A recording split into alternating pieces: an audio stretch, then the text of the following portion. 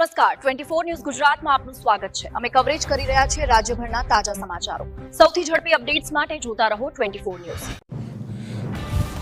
વાવ થરાદ વિસ્તારના નાણી ખાતે યોજાનાર પ્રધાનમંત્રી કાર્યક્રમને લઈને એક તરફ ભારે ઉત્સાહનો માહોલ જોવા મળી રહ્યો છે તો બીજી તરફ સોશિયલ મીડિયામાં વાયરલ થયેલા ખાલી એસટી બસોના વિડીયોએ વિવાદ ઉભો કર્યો છે। આ મુદ્દે લોકોમાં મિશ્ર પ્રતિસાદ જોવા મળી રહ્યો છે। સોશિયલ મીડિયા પર છેલ્લા થોડા સમયમાં એવા અનેક વિડીયો સામે આવ્યા જેમાં એસટી બસો ખાલી હાલતમાં દોડતી નજરે પડે છે। આ વિડીયોને આધારે નેટિઝન્સ અને સ્થાનિક લોકો દ્વારા આક્ષેપ કરવામાં આવી રહ્યા છે કે અનેક ગામોમાંથી બસોમાં મુસાફરો વિના જ તેને કાર્યક્રમ સ્થળ સુધી દોડાવવામાં આવી રહી છે। લોકોનો આક્ષેપ છે કે જનતાના ટેક્સના પૈસાનો આ રીતે બગાડ કરવામાં આવી રહ્યો છે અને માત્ર ભીડ દર્શાવવા માટે આ પ્રકારનું આયોજન કરવામાં આવી રહ્યું છે। સોશિયલ મીડિયા પર લોકો આ મુદ્દે તીવ્ર પ્રતિક્રિયા આપી રહ્યા છે અને સરકારના ખર્ચા પર સવાલો ઉઠાવી રહ્યા છે।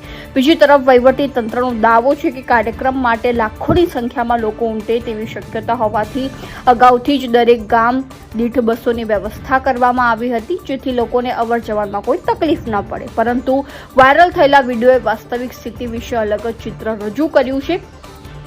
આ વિડીયોમાં જોવા મળતી ખાલી બસો દર્શાવે છે કે આયોજન મુજબ લોકો બસોમાં બેઠા નથી, જેના કારણે સરકારી ખર્ચ પર વધારાનો ભાર પડ્યો હોવાનો દાવો કરવામાં આવી રહ્યો છે। એક બાજુ વધતી મોંઘવારી અને સામાન્ય લોકોની આર્થિક હાલાતી છે, જ્યારે બીજી બાજુ ખાલી બસો પાછળ થતો ખર્ચ કેટલો યોગ્ય છે તે પ્રશ્ન સોશિયલ મીડિયા પર ચર્ચાનો મુખ્ય વિષય બની ચૂક્યો છે। નિષ્કર્ષ રૂપે કહીએ તો સોશિયલ મીડિયાના યુગમાં સરકારી યોજનાની નાની ભૂલ પણ તરત જ જાહેર ચર્ચાનો વિષય બની જાય છે તો નાણી ખાતેના કાર્યક્રમમાં પ્રધાનમંત્રીને સાંભળવા લોકો ચોક્કસ ઉપસ્થિત રહેશે, પરંતુ ખાલી બસોના વિડીયો વહીવટી આયોજનની કાર્યક્ષમતા પર ગંભીર સવાલો ઉભા કરી રહ્યા છે। અહેવાલ રાણાભાઈ પારેગી, વાવથરાદ।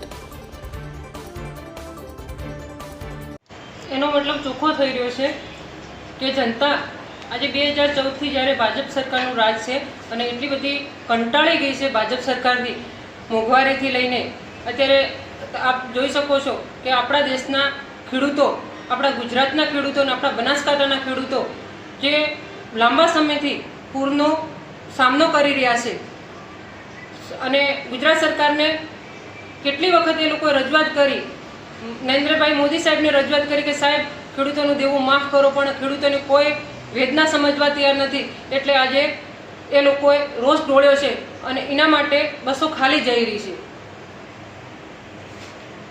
નરેન્દ્ર મોદીને અત્યારે સાંભળવા માટે લોકો એકઠા થયા છે ત્યાં, પણ બસો તો ખાલી છે। એ માત્ર ને માત્ર સરકારી કર્મચારીઓ છે, જેમ કે ઉદાહરણ તરીકે આંગણવાડીની બહેનો, તલાટી બહેનો, તલાટી ભાઈઓ, શિક્ષકો, શિક્ષક બહેનો, એ તમામ સરકારી ફિલ્ડ છે એ ત્યાં તમને જોવા મળશે। અને આ કંઈ પહેલી વખત નથી, જ્યાં જ્યાં નરેન્દ્ર સાહેબ મોદીનો કાર્યક્રમ હોય ને ત્યારે મોટાભાગના સરકારી કર્મચારીઓ તમને દેખાવા મળશે, આમ જનતા દેખાવા નહીં મળે ત્યાં। અને આમ જનતાનો એક આક્રોશ છે મોંઘવારી સામે કે આજ 2014થી એ વેઠવી રહી છે, તો આ તમે પણ જોયું હશે જ્યારે આપણે રસ્તા ઉપર બસો જતી જોઈ છે તો બસો એકદમ ખાલી જાય છે, એ જનતાનો મોદી સાહેબને જવાબ છે।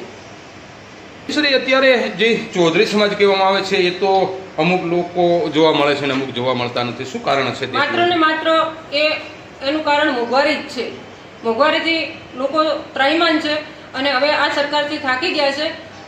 જનતા અત્યારે પરિવર્તન માંગે છે, એટલે મને 100% વિશ્વાસ છે કે 2027માં 100% કોંગ્રેસની સરકાર બને છે અને આ ભાજપને જાકારો આપશે જનતા। બેન, અત્યારે લાખો રૂપિયાનું આધાન થઈ રહ્યું છે, તો આ ગરીબ લોકોને જો આવું કોઈ પેકેટ મળ્યું હોત તો ગરીબો શું કહો? બિલકુલ, આજે જે નાણી ગામે જે જનતાના ટેક્સના પૈસા જે ધુવાડો બોલાવ્યો છે સરકારી બસો, અત્યારે જનતાના ટેક્સના પૈસાઓ જે સરકારી બસોનો ધુવાડો બોલાવી રહ્યા છે, જો આ સરકાર ધારો છે ને તો ગુજરાતના ખેડૂતોને એ ન્યાય અપાવી શકો અને મદદ કરી શકો। જો આ સભાનો એવડો મોટો ખર્ચો છે કે આખા ગુજરાતનું આપણું ખેડૂતોનું દેવું માફ કરી શકો। આપનું નામ પૂરું ને આપનો હોદ્દો? મારું નામ ગીતાબેન નાઈક, વાવ થરાદ જિલ્લા મહિલા પ્રમુખ, કોંગ્રેસ।